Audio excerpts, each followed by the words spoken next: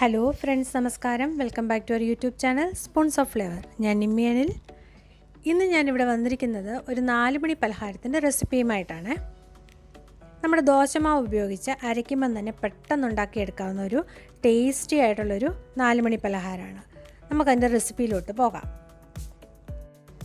ഈ 4 മണി പലഹാരം ഉണ്ടാക്കാൻ വേണ്ടി ഞാനിവിടെ ദോശമാവ് ഓൾറെഡി അരച്ചു വെച്ചിട്ടുണ്ടായിരുന്നു. അരയ്ക്കുന്ന അതേ സെയിം ടൈമിൽ തന്നെയാണ് ഞാനിത് പ്രിപ്പയർ ചെയ്തെടുക്കുന്നത്. അതിൽ നിന്ന് ഏകദേശം ഒരു 4 തവിയോളം മാവ് എടുത്തിട്ടുണ്ട്. ഇനി ആ മാവിലോട്ട് നമ്മൾ കുറച്ച് ഇൻഗ്രീഡിയൻസ് ചേർക്കാനുണ്ട്.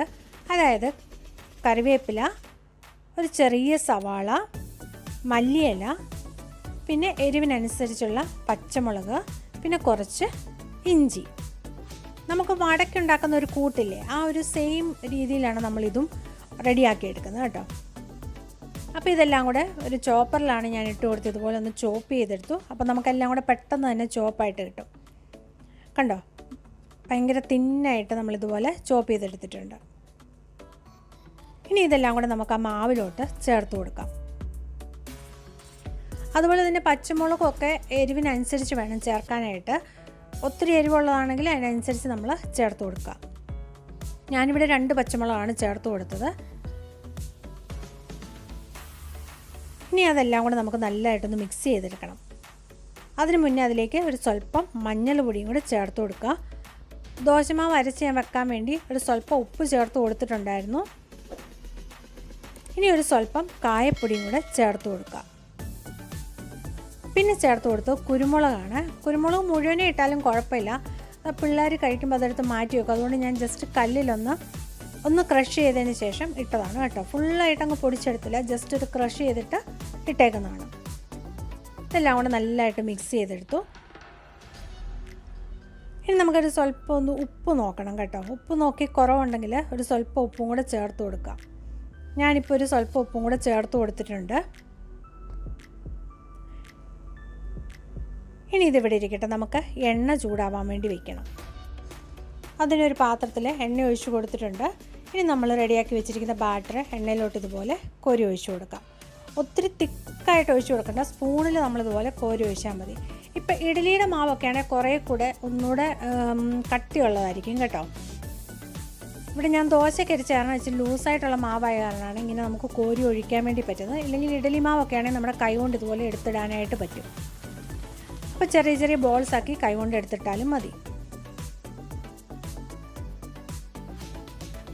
ആദ്യത്തെ നമ്മുടെ ഒരു വട പോലത്തെ ഒരു പലഹാരം റെഡി ആയിരിക്കുകയാണ്. ഇനി ബാക്കിയുള്ളത് നമുക്ക് ഇതേപോലെ തന്നെ ഒഴിച്ചെടുക്കാം. ഞാൻ ഫസ്റ്റിൽ ഇട്ടതുകൊണ്ടാണ് ഒരെണ്ണമായിട്ട് കാണിച്ചത്. അതുപോലെ തന്നെ നമ്മൾ ഫ്ലെയിം എപ്പോഴും ലോ ടു മീഡിയമിൽ വയ്ക്കണം, അല്ലെങ്കിൽ അതിൻ്റെ പുറംഭാഗം പെട്ടെന്ന് കരിഞ്ഞു വരും. പിന്നെ കരിഞ്ഞു വന്നാൽ ഉള്ളു വേവത്തില്ല. അപ്പോൾ ഉള്ളു ദോശമാവല്ലേ, അതൊന്ന് വെന്ത് കിട്ടണം. അതുകൊണ്ട് നമ്മൾ എപ്പോഴും ഒരു ലോ ടു മീഡിയമിൽ വേണം ഫ്ലെയിം വയ്ക്കാനായിട്ട്. ഇതിപ്പോൾ ഞാനൊരു 3-4 എണ്ണം ഇട്ട് കൊടുത്തിട്ടുണ്ട്. ഇതുപോലെ എണ്ണ അതിൻ്റെ മുകളിലോട്ടൊന്ന് സ്വല്പം തട്ടി കൊടുക്കണം കേട്ടോ. എന്നിട്ട് അതിൻ്റെ ഒരു ഭാഗമായിട്ടുണ്ട്. ഇനി നമുക്കതിനെ ഒന്ന് മറിച്ചിടണം. അതുപോലെ തന്നെ മാവ് ഒത്തിരി ലൂസായി പോയാൽ 1 ടേബിൾ സ്പൂണ് അരിപ്പൊടി ചേർത്ത് കൊടുത്താൽ മതി കേട്ടോ. അപ്പോൾ തന്നെ അതൊന്ന് കുറുകി കിട്ടും. നോർമലി നമ്മൾ ചെയ്യുമ്പോൾ തന്നെ അങ്ങനെ ലൂസ് ആവാറില്ല. ഇപ്പോൾ സപ്പോസ് ആയാൽ അങ്ങനെ ചെയ്താൽ മതി. അപ്പം നമുക്ക് കറക്റ്റ് ഒരു പരുവത്തിൽ കിട്ടും.